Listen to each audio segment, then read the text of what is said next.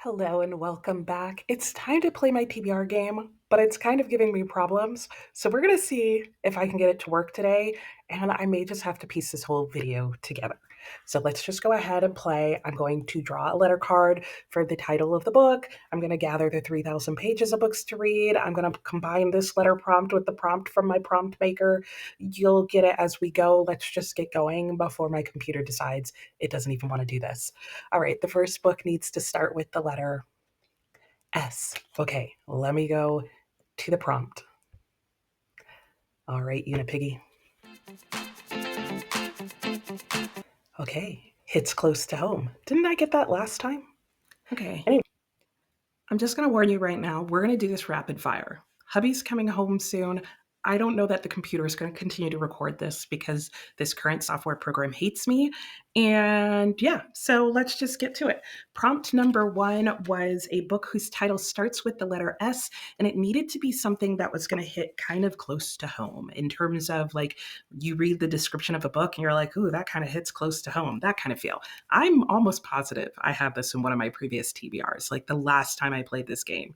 Don't remember which book it was, but the book it is this time is going to be The Street by Ann Petry. And I can already see that my exposure is way too high, so I'll try to fix that in editing. Anyway, what is The Street about? Or at least what's the part that hits close to home? It's the part that says it's the heartbreaking story of a young Black woman and her spirited struggle to raise her son amid the violence, poverty, and racial dissonance.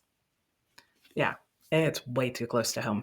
But it is 436 pages. I've heard nothing but good things about this book, and I'm glad to get it on a TBR. Okay, the next book needs to start with the letter M. Okay, fair enough. Here we go. Around the world. What did I even mean by that? Okay, I fixed the camera lighting, and my camera software has already decided not to work. Can you tell any of that's happening? Hopefully not. Hopefully you can tell the difference in the camera color though. Anyway, for the letter M, I needed a book that is set around the world. And initially I was like, I don't know what I meant by that other than like world literature. And why didn't I just say that?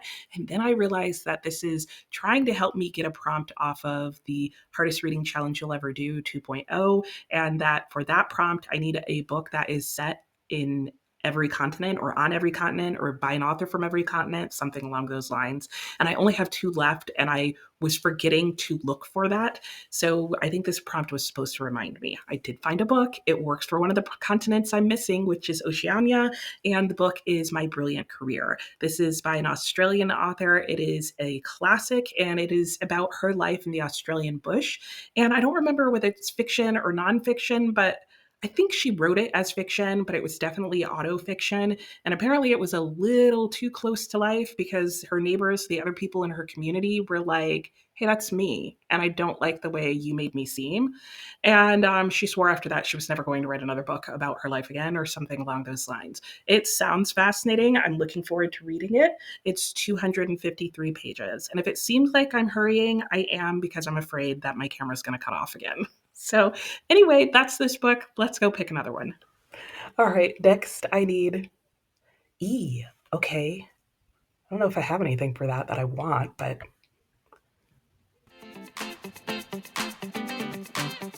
focuses on a character arc. Okay, I'm just glad this is working. For a book whose title starts with the letter E, I needed something that follows a character arc. I don't know why I didn't just say is a character, has the focus as a character study or something like that. I don't know, whatever. It doesn't matter. I found a book, and that is The Eye in the Door. And I'm pretty happy that it's this book because it's book 2 in the Regeneration series that I'm buddy reading with a friend. And we were just talking about how we'd like to get on to the next book. And I was like, I'm going to squeeze it on that next TBR somehow. And I didn't even have to try that hard.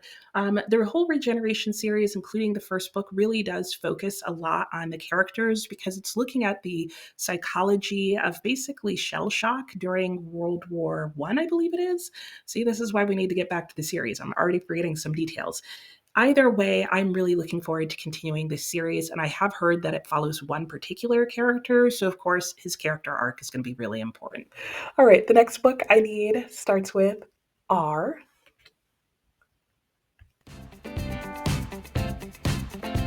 A Harlem Renaissance book? Wait a minute. Okay. Okay, a book whose title starts with the letter R, and it also needs to be a Harlem Renaissance book. Well, yeah, nope, not gonna happen.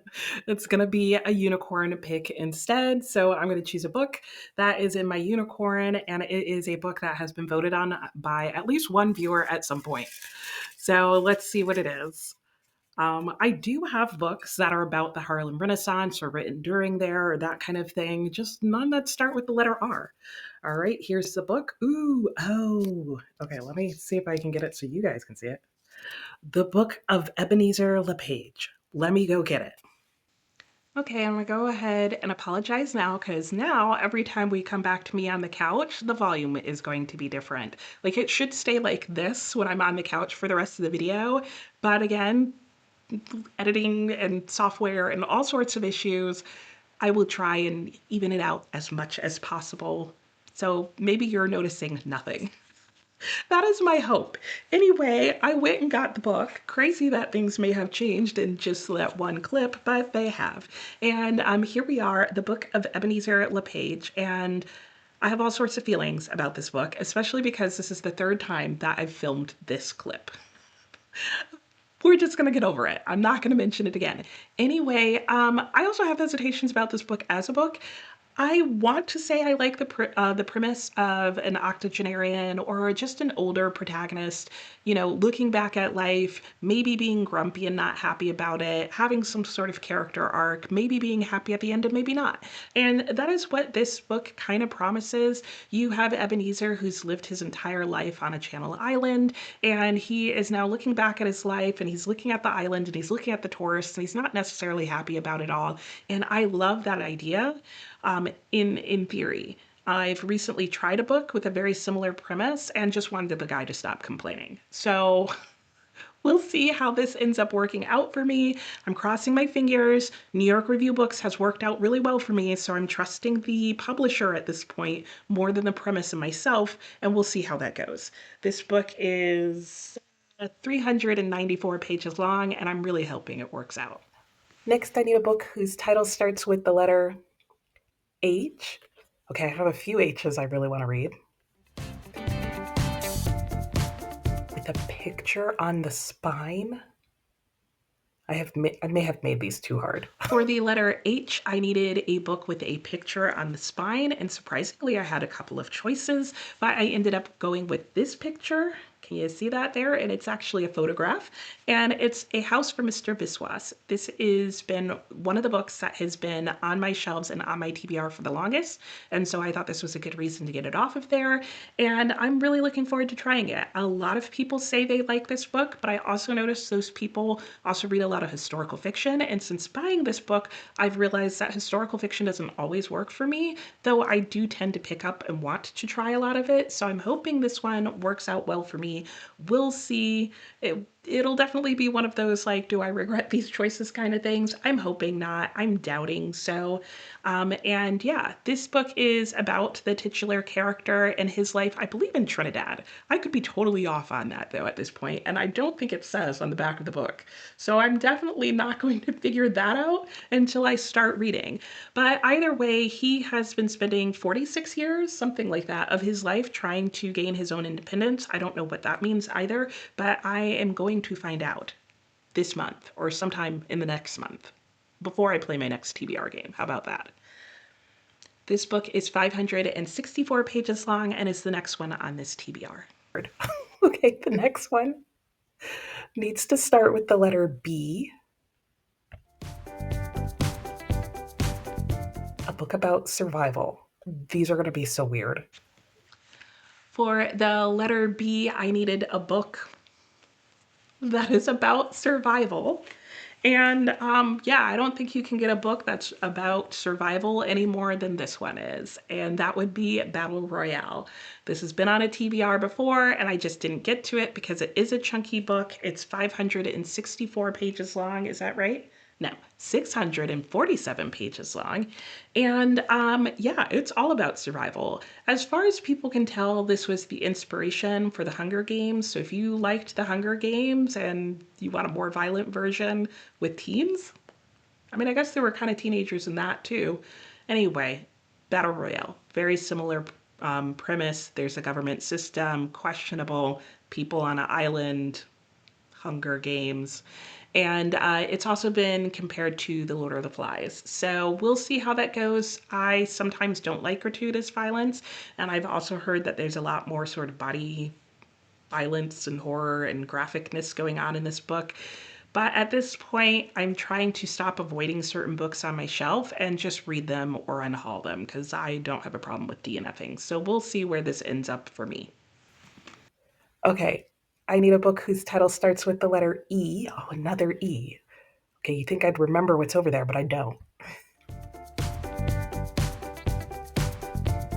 A prize winner for the letter E?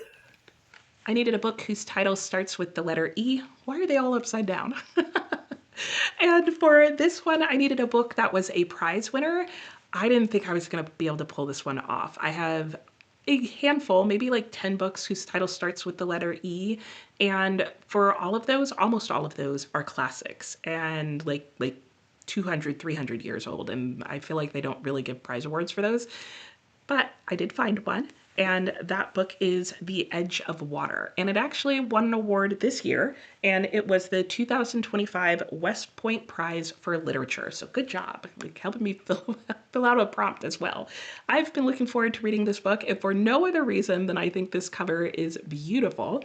And I also think it's going to be a story that I could potentially like. It is a mother-daughter story. I do like family stories. I do like parent-child stories. I feel like you get a lot of father-son stories.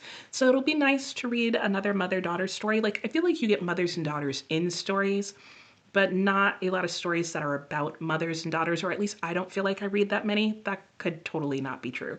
Either way, I'm looking forward to trying this one, and it is 251 pages long, so it'll be a nice short book to throw in between some of these longer reads. It's also, so far, I think, the most contemporary of all the books on the list. All right, next I need a book whose title starts with the letter C or K.